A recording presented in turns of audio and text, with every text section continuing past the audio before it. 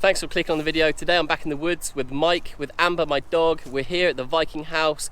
We're gonna do 24 hours. We're gonna cook up a feast, maybe have a beer or two. First thing we need to do is get a fire going. Let's go.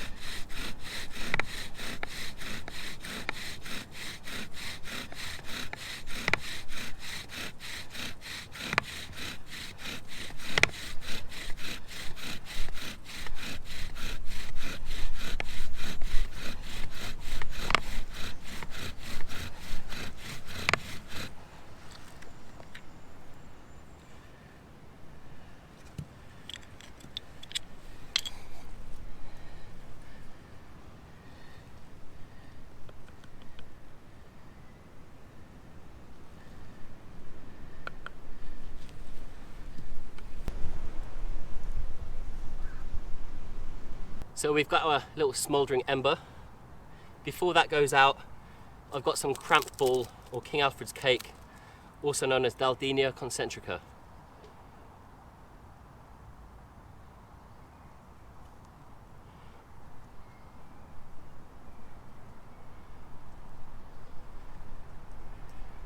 So what I've just done is, I've got this glowing, so I can use this to add this to my tinder bundle in order to create my fire. Something else that's really going to help me is this bulrush. The fluff from the bulrush is a great accelerator, or accelerant should I say, for the tinder bundle. So before that goes out, I'll just drop that down in there. It starts smoking away nicely. And I've got some cedar fibers. Before I put that on top, I'm just going to get my smouldering cramped ball.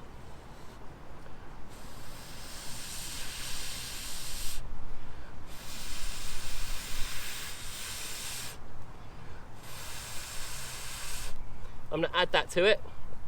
Why not? Every little helps.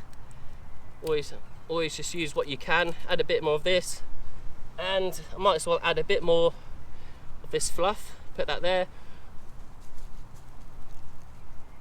And then just to finish it off, I've got this on top. What I've done is I've prepared lots of thin kindling. So as soon as we get the flame, I want to put it down over in the fire pit, put the small kindling on top to take that to a flame.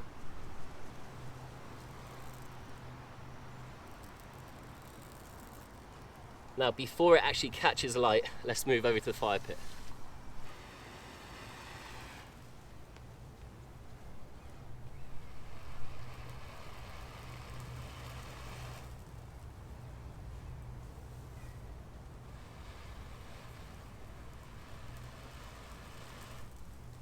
So you can see it has rained quite a lot recently, and this what should be dried grass is still got a bit of moisture to it. That's why the smoke is very thick and it's taking a while to blow into a flame.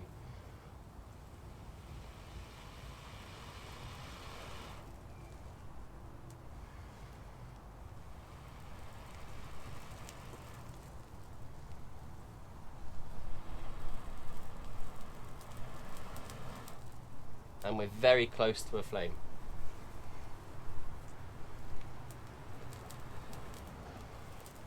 There we are, I've got my sticks, they're all sorted. These are the smallest ones.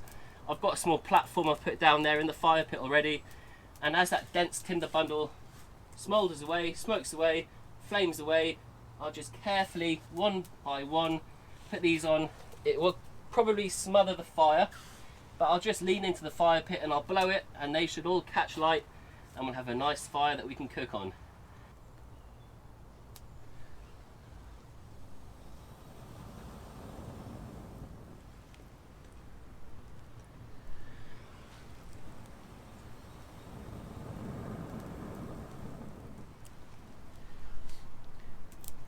So we're starting to burn through that dense bundle.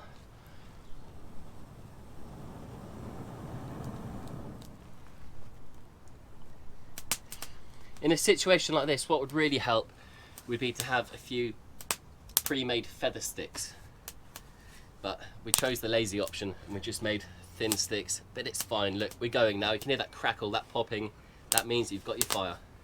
And that friction fire, that was made using, the spindle was hazel, and the hearth, that was a lime. So hazel on lime works every time. Great combo.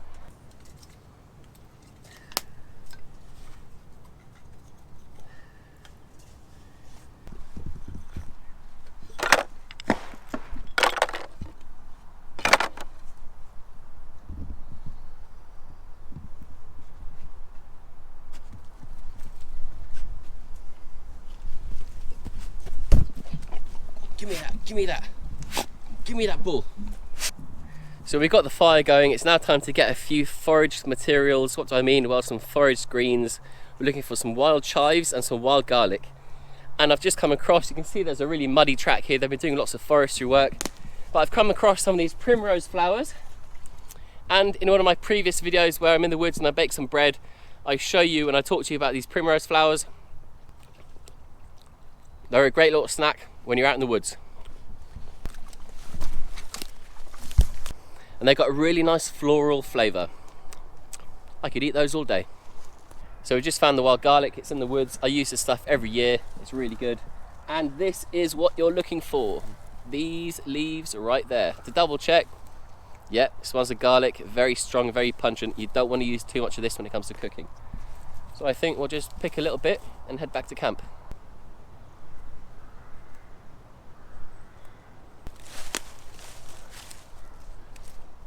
There we are, 7 or 8 leaves, that's all we need. So before we head back, we've got some wild garlic, we need chives as well, and to go with it, we need 1 length of hazel. What do I mean? Well, about 1 meter long, the thickness, maybe as thick as your thumb, because we're going to use it for cooking later on, you'll see. So there's quite a few wood chips on the floor because they're doing a lot of forestry in this woodland to try and clear it, to allow a lot more sunlight to come in, which will be beneficial for the other younger trees.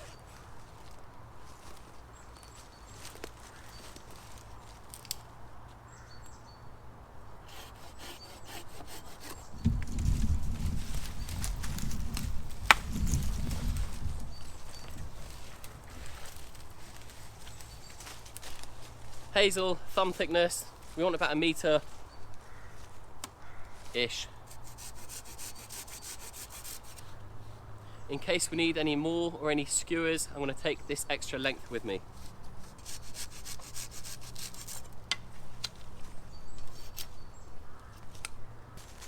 Just to help this out, in case it does ever want to root, I might as well give it that little fighting chance in life and plant it. Amber wasn't happy about that.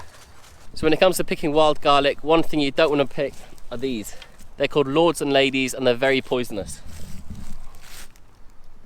And as I was just saying, the other ingredient we need, well, the final ingredient, are chives. These right there are wild chives.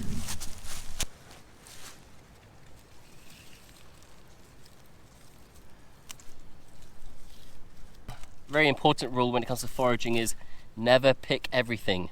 Only take a little. Only take what you need. Because if you take it all, there might not be any next year. So we're walking back to camp. We've got our ingredients for our chicken tonight. And do you remember with the fire that I just lit with the bow drill?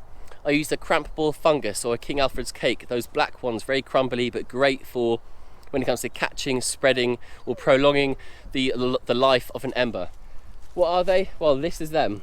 They grow on dead ash trees. So this is an ash tree, these are the fungus, and they're great for fire lighting. That's it.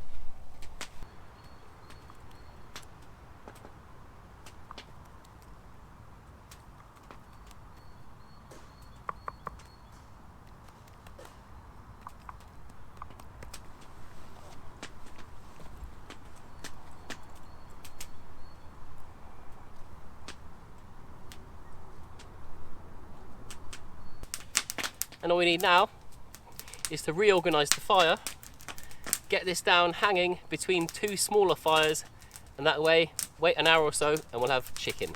I can't wait. So I do apologize if the quality of the picture is a bit grainy, but it's starting to get a bit dark. And as you just saw, we've skewered our chicken onto the hazel stick, we've given it a nice rub. And if you look very closely, you can see we've separated the fire out into two fires. That way, when we drop this down in the middle of the fire, it'll have a wall of heat either side. That's the idea, and I know it's going to work. Cooking time, I reckon we're talking about 1 hour to cook this.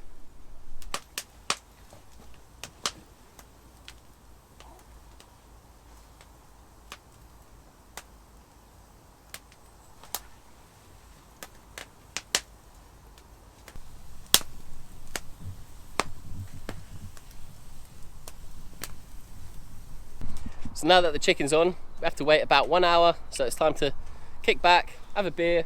Cheers. Cheers. And just wait. One thing I want to briefly talk about are the cracks you can see appearing through the bark on the inside of the shelter. Why? Well, for anyone that's followed this series, this whole construction of this a massive project we did last year, about 12 months ago, the Viking House, we did peel fresh bark. In fact, if I spin around, you can see all of those logs, they're all stripped clean because we used our knives, and it took days and hours to remove all the bark, which we then pinned or nailed to the outside of the cedar frame for the Viking House. Why are the cracks? Well, when we put the bark on, it was obviously fresh, and when it's dried, or when it dries, it shrinks and it forms cracks. You know what? A few weeks after we put the bark on, it was quite hot, we had a bit of a heat wave.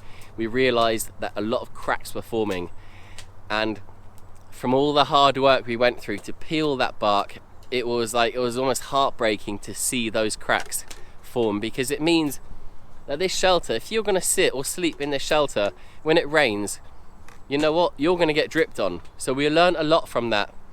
It's not perfect, but we're being very honest here. Next time we'd probably do it different. We probably need 3 times the amount of bark, so that when it does constrict and shrink and crack, it means that hopefully there'll still be enough layers for the water to drip off and away from the shelter, not directly onto us.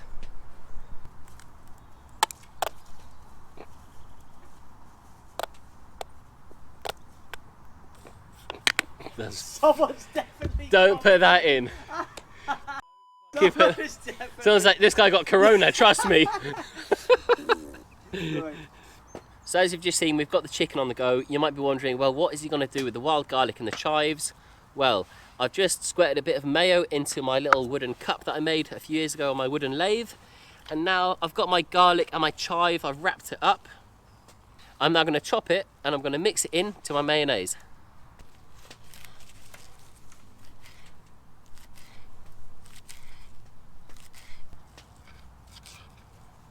And there we are, that's pretty much all we need.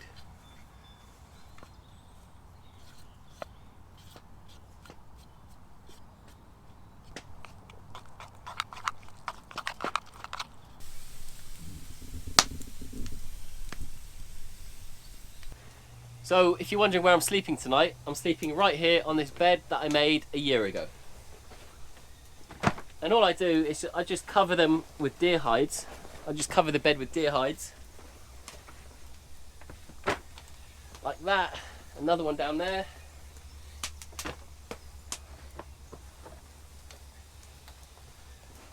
And then I've got a few of these sheepskins as well that I've tanned.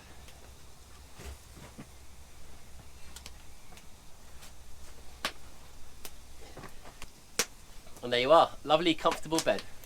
Come on then, jump up. Amber loves it.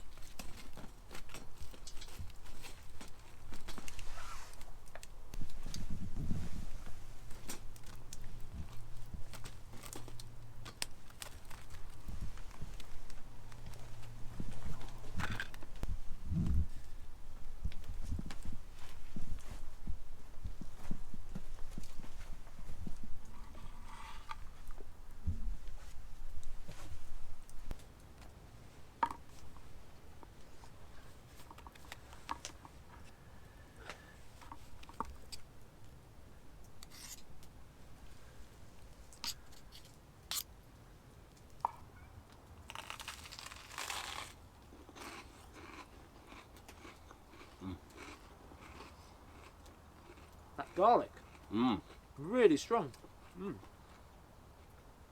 That's what you get with wild garlic. That's really nice, that garlic. Takes a bit of time to infuse into the mayo. Lovely. But once it's done infusing, it really is strong. But that's why you don't want to use too much of the wild garlic. Wild garlic can be very overpowering. So just a little bit. We only used, right. I think we used about half, maybe a third of what we picked. Yeah, and think how much was there. Blankets of it. So much. You could mow with the lawnmower. Yeah. 1 year later, the ale horns are back out. Long live the Viking House. Long live the Viking House and our leaky bark roof.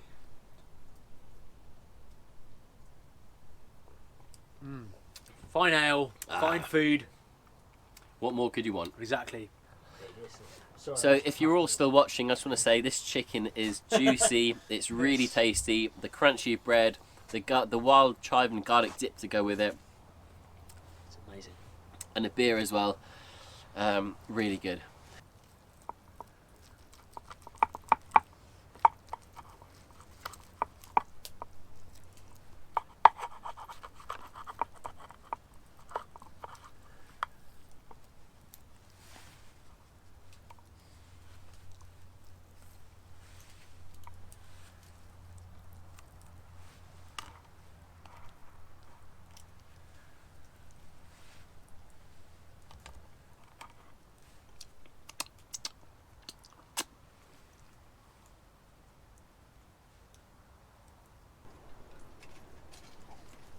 Well, cheers guys.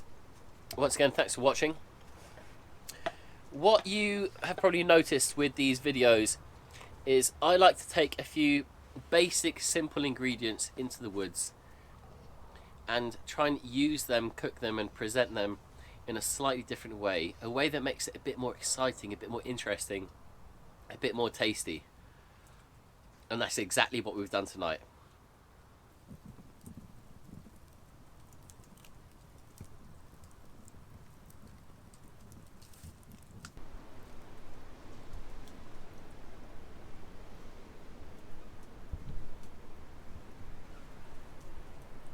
Cheers, Mike. Cheers, mate.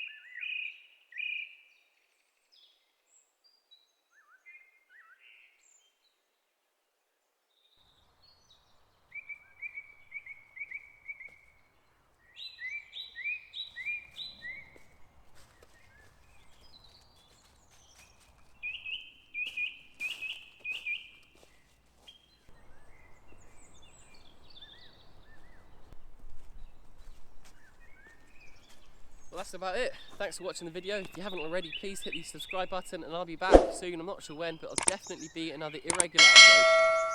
Goodbye.